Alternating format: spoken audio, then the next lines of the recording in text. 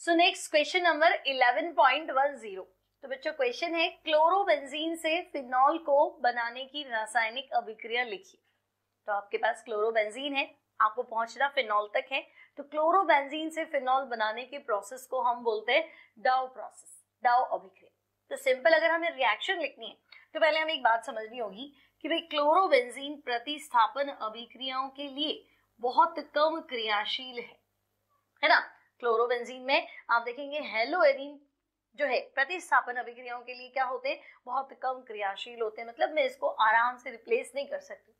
अगर मैं सोचूं कि भाई क्लोरोबेंजीन की अभिक्रिया NaOH से कराओ तो होगी ही नहीं। लेकिन हाँ स्पेसिफिक कंडीशन है, आपने अगर हाई टेम्परेचर लिया 623 केल्विन ताप, 300 वायुमंडल दाब, ठीक है, तब हम सोच सकते हैं कि हाँ। और उसमें भी पहला स्टेप अगर आप देखेंगे, मैं यहाँ ट्वाइस कर देती हूँ, ठीक है। तो आप फर्स्ट स्टेप देखेंगे तो आपको डायरेक्ट क्लोरोबेंजीन से फिनॉल नहीं मिलेगा, आपको मिलेगा सोडियम फिनॉक्साइड। ठीक है, ये है हमारे पास क्लोरोबेंजीन और पहला स्टेप आपने देखा, आपको मिला सोडियम फिनॉक्साइड। ठीक है, NaCl बाहर निकल जाएगा, वाटर बाहर निकल जाएगा और आपके पास आंसर है सोडियम फिनॉक्साइड। अब बच्चों ये वाटर अम्लीय माध्यम, ठीक है, सोडियम फिनॉक्साइड का अम्लीय माध्यम में जल अपघटन कर, तो NaOH वापस बाहर और आपका आंसर क्या हो जाएगा, फिनॉल। तो हम कहेंगे फिनॉल बन जाएगा। अब एक बार इसका थोड़ा मैकेनिज्म का आइडिया ले लो, है ना, कि भाई ये अभिक्रिया होती कैसे है, हुआ क्या सबसे पहले। तो देखो मान लो आपके पास है क्लोरोबेंजीन, ठीक। अब बच्चों क्षारीय माध्यम सबसे पहले आपने अभिक्रिया कराई है NaOH से, ठीक है, OH माइनस, ओके। अब आपको पता है ये तो इलेक्ट्रो क्या बोलते हैं, ऑर्थो पैरा निर्देशी, है ना। तो बच्चों सबसे पहले OH माइनस जो कि आया है आपका NaOH से, हुआ क्या, तो मैं कह रही हूँ ये बॉन्ड यहाँ टूट गया, तो बच्चों H plus OH minus water बन के अलग हो गया, ठीक है। ये हाइड्रोजन जो है H प्लस के रूप में निकल गया, ठीक है। तो अब मेरे पास जो क्लोरोबेंजीन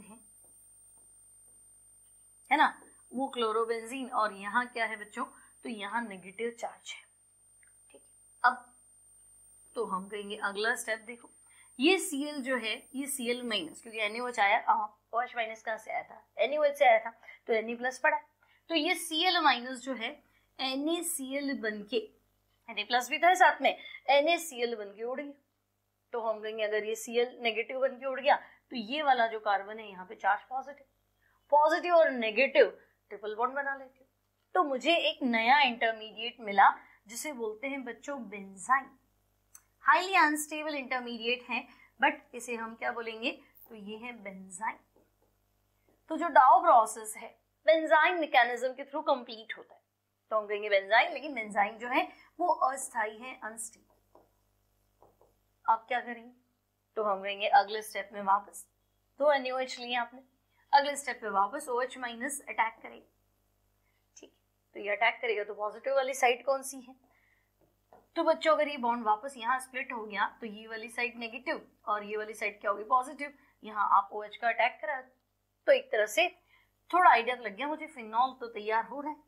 तो मैं कहूँगी ये यहाँ आ गया OH और ये नेगेटिव, ठीक है, ये इस तरह से, ठीक है।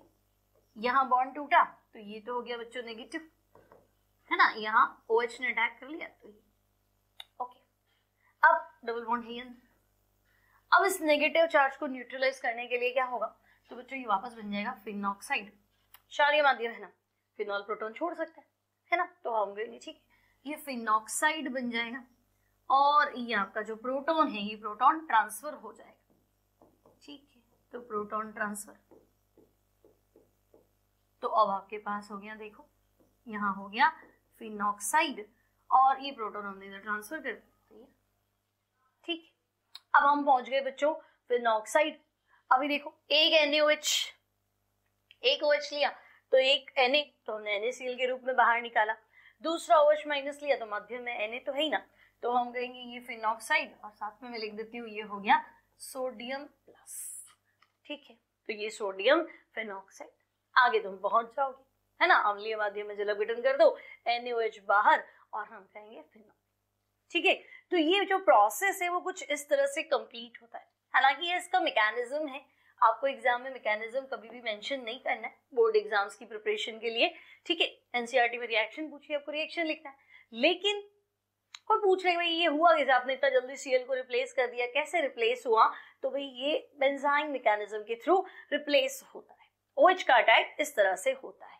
तो ये था हमारा क्वेश्चन नंबर 11.10। नेक्स्ट 11.11। ठीक है, तो बच्चों क्वेश्चन है एथीन के जल योजन से एथेनॉल प्राप्त करने की क्रियाविधि लिखिए। मतलब आपको प्रॉपर मेंशन कर रहा है एथीन है और जल योजन कराओ, अल्कोहल बनाओ और मैकेनिज्म समझाओ।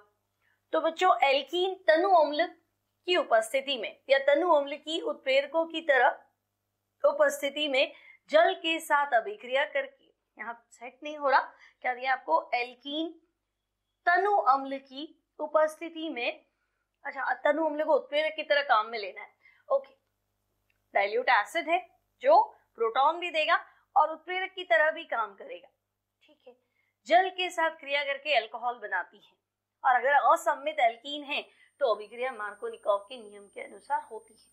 मतलब तो अगर मैं रिएक्शन लिखने की सोचूं तो मैंने सोचा भाई एल्कीन, तो बच्चों एल्कीन का जल योजन करना है, एल्कीन में पानी मिलाना है और अम्लीय माध्यम तो H+। क्या सिंपल सी रिएक्शन है, एक कार्बन को H दे दो, एक कार्बन को OH दे दो और डबल बॉन्ड जो है वो सिंगल बॉन्ड में कन्वर्ट कर दो। तो हम कहेंगे ये कुछ ऐसा हो जाएगा, H दूसरे कार्बन पे क्या आ जाएगा, OH। ठीक है, तो आंसर जो है वो अल्कोहल। तो एल्कीन का जल योजन कराते हैं बच्चों तो आपको आंसर में मिलता है अल्कोहल। ठीक है, एल्कीन के जल योजन से प्राप्त हो गया अल्कोहल। अगर असम्मित एल्कीन है, मान लो आपके पास प्रोपीन है और अगर आप प्रोपीन का अम्ल की उपस्थिति में जल योजन कराते हैं तो ये अभिक्रिया मार्कोनिकॉव के अनुसार संपन्न होती है। तो बच्चों मार्कोनिकॉव मतलब तो हम कहेंगे भी माइनस वहां जाना है जहां हाइड्रोजन कम है, तो OH तो इधर आएगा और H इधर आएगा और डबल बॉन्ड कन्वर्ट हो जाएगा सिंगल बॉन्ड में। तो हम कहेंगे प्रोपीन है, लेकिन आंसर जो होगा that will be propane two all. तो हम कहेंगे प्रोपीन और आंसर हो गया हमारा प्रोपेन टू ऑल। लेकिन हमें इसका मैकेनिज्म लिखना है कि एथीन से एथेनॉल बनाओ। तो बच्चों एथीन से एथेनॉल बनेगा 3 स्टेप में। पहले स्टेप में एल्कीन पे इलेक्ट्रॉन स्नेही का आक्रमण होगा। अब इलेक्ट्रॉन स्नेही कौन है, तो अम्लीय माध्यम का तो काम ही है प्रोटॉन देना। तो प्रोटॉन H+, लेकिन H+ तो एग्जिस्ट नहीं करता ना, H+ तो नहीं होता है, H+ जलीय माध्यम में होगा। प्रोटॉन मतलब क्या, H+, तो H+ हमेशा पानी में होगा तो जल के साथ जुड़ के हाइड्रोनियम आयन का निर्माण करेगा। तो जब भी मुझे प्रोटॉन का अटैक कराना है, इलेक्ट्रॉन स्नेही का अटैक कराना है एज अ प्रोटॉन के फॉर्म में, तो मैं हाइड्रोनियम आयन का अटैक कराऊं। ठीक है, तो 3 स्टेप। तो पहले स्टेप में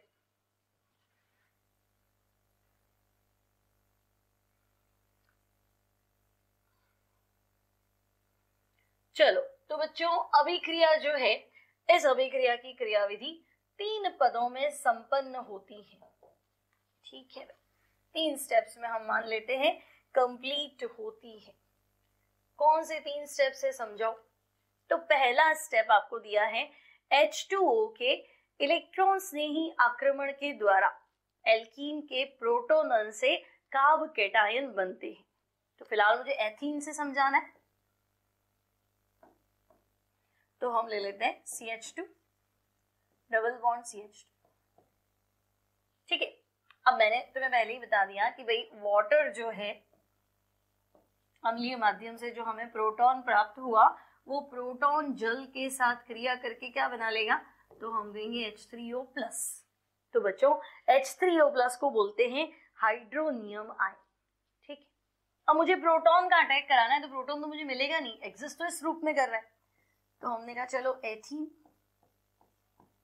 और एथीन पे अटैक कराना है हाइड्रोनियम आयन।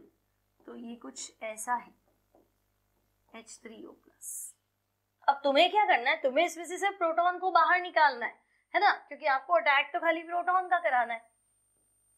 ठीक है, तो बच्चों यहाँ से सिर्फ प्रोटॉन, इस बॉन्ड को यहाँ ब्रेक करके वाटर को रवाना कर दो, तो वाटर तो अलग हो गया।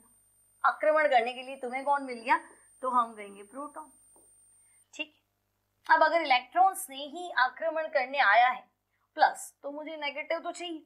सममित एल्कीन है, बॉन्ड कहीं भी ब्रेक हो जाए, मान लो ये बॉन्ड यहाँ ब्रेक हो गया, तो बच्चों बंद जहां टूटता है वो वाली साइड तो नेगेटिव और पूंछ वाला हिस्सा क्या, पॉजिटिव, तो ये माइनस है और प्रोटॉन सोचेगा भी माइनस पे फटाक से अटैक कर लो, तो ये CH2- और H+ जोड़ दो तो क्या CH3 हो जाएगा।